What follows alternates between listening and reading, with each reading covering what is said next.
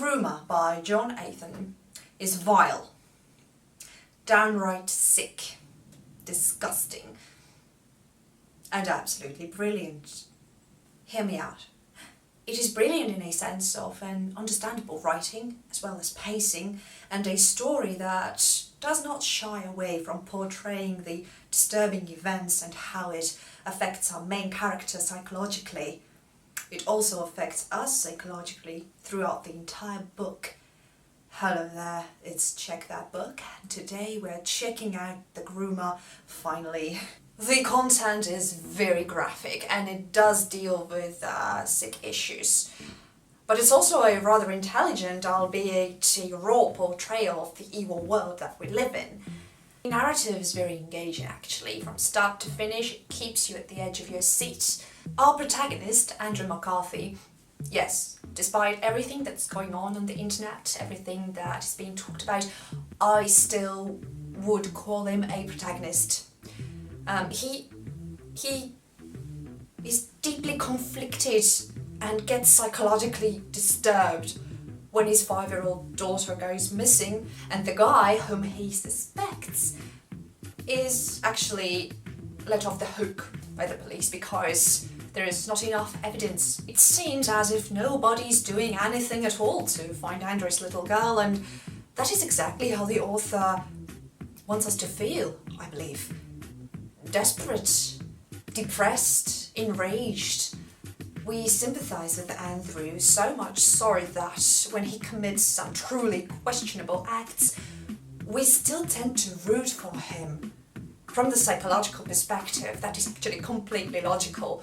If you read the book, you know what I'm talking about. What we have here is a dark story that scares you not because it's dark and brutal, but because it can happen anytime, anywhere, and to anyone.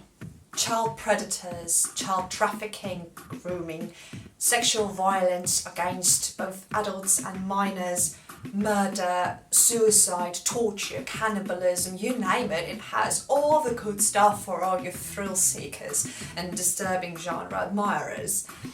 That's about the graphic part, that is, so you were warned. This book does not shy away from detailing the gruesomest torture you can imagine.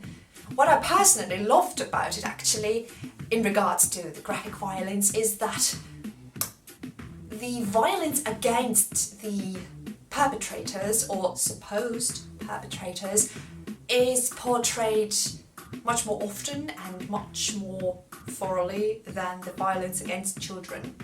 I've noticed it only by the end of the book because I was so immersed in it psychologically that it dawned on me pretty late that, wait a second, the violence against children here is not really that graphic. It is horrible, don't get me wrong, it's brutal, and it goes quite into detail, but not as much, especially compared with the violence against the perpetrators. And I kind of liked it about that. Yes, The Groomer is about paedophilia, without justifying child predators, albeit it is implied on their behalf, and I quote, "I'm sick, man." That is the excuse they give you. Amongst all the cruelty, the reader is rather skillfully prompted to decide for themselves whether it is indeed something to forgive. To what extent do you forgive such violence? Yes, it is a medical condition, it is a sickness, which should be treated, but again, there is no proper treatment for this condition yet. I'm going to put it on just for a second to say something smart. Of course, it is a psychiatric disorder, it's nothing to laugh about. However, the subject matter is so tender.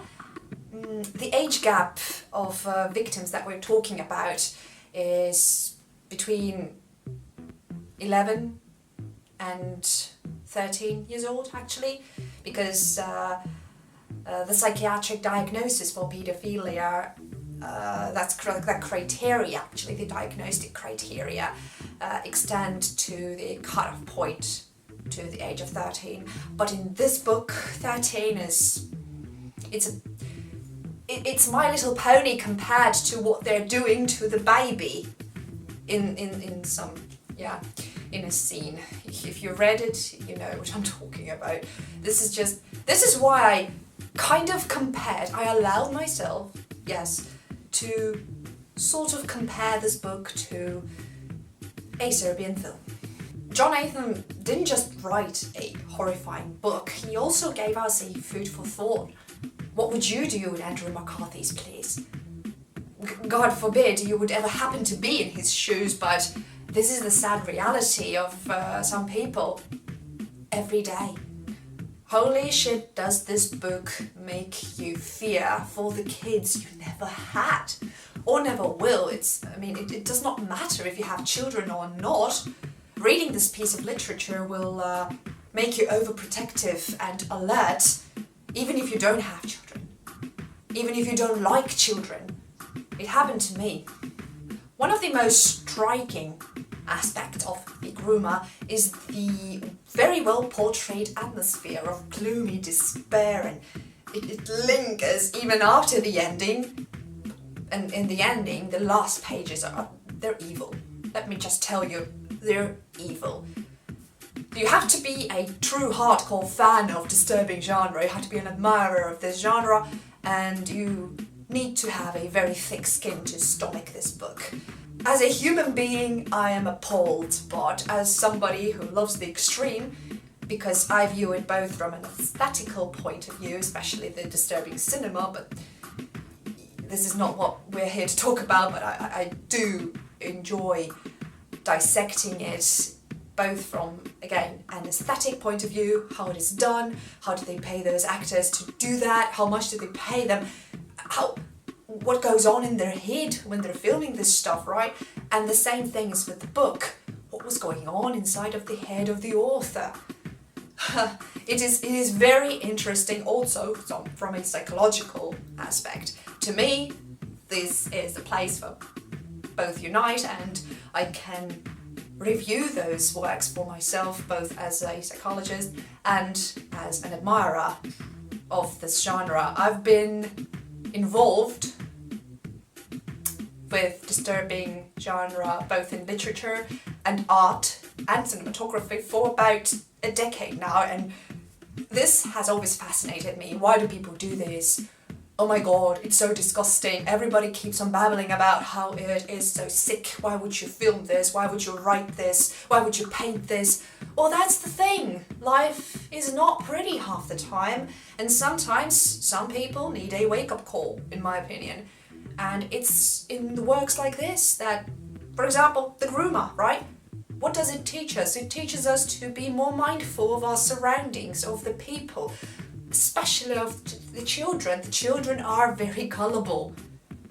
Teach them well, watch over them, do your job, do your fucking job as a parent. It's, again, not entirely the case in this book, but I got a bit carried away because I'm here to psychologically analyze, or better yet, psychologically understand. Because I believe you have to be an emotionally healthy and intelligent person to see beyond the violence in books such as this one. The ending makes you want to go play with a boiling kettle in a bathtub and go kick some perverted asses at the same time. It leaves you terribly depressed and also kind of motivated to go out there and become a vigilante to a certain degree, because you learn from Andrew's mistakes, you see what he's doing wrong, and you kind of believe that. You're tricked into believing that you would manage better because you can see through his mistakes.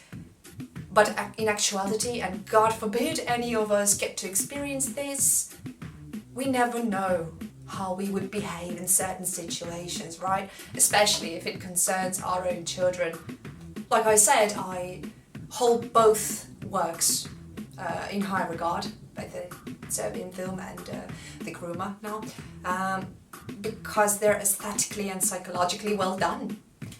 Both works make you think, make you watch out for yourself and your loved ones, which is exactly what I'm reminding you to do on the internet too.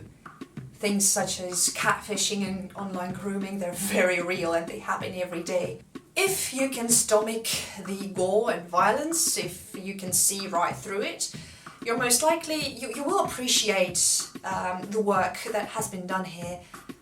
The aesthetic part is understandable, most likely to those who have something to do with, again, with deeper literature, who can see right past it and go deeper into psychology, go deeper into the way things are written, how descriptive it is. Yes, it is sick, but it is well written, right? So you have to view such works, by saying works I don't just mean literature, you have to view this through the certain prism.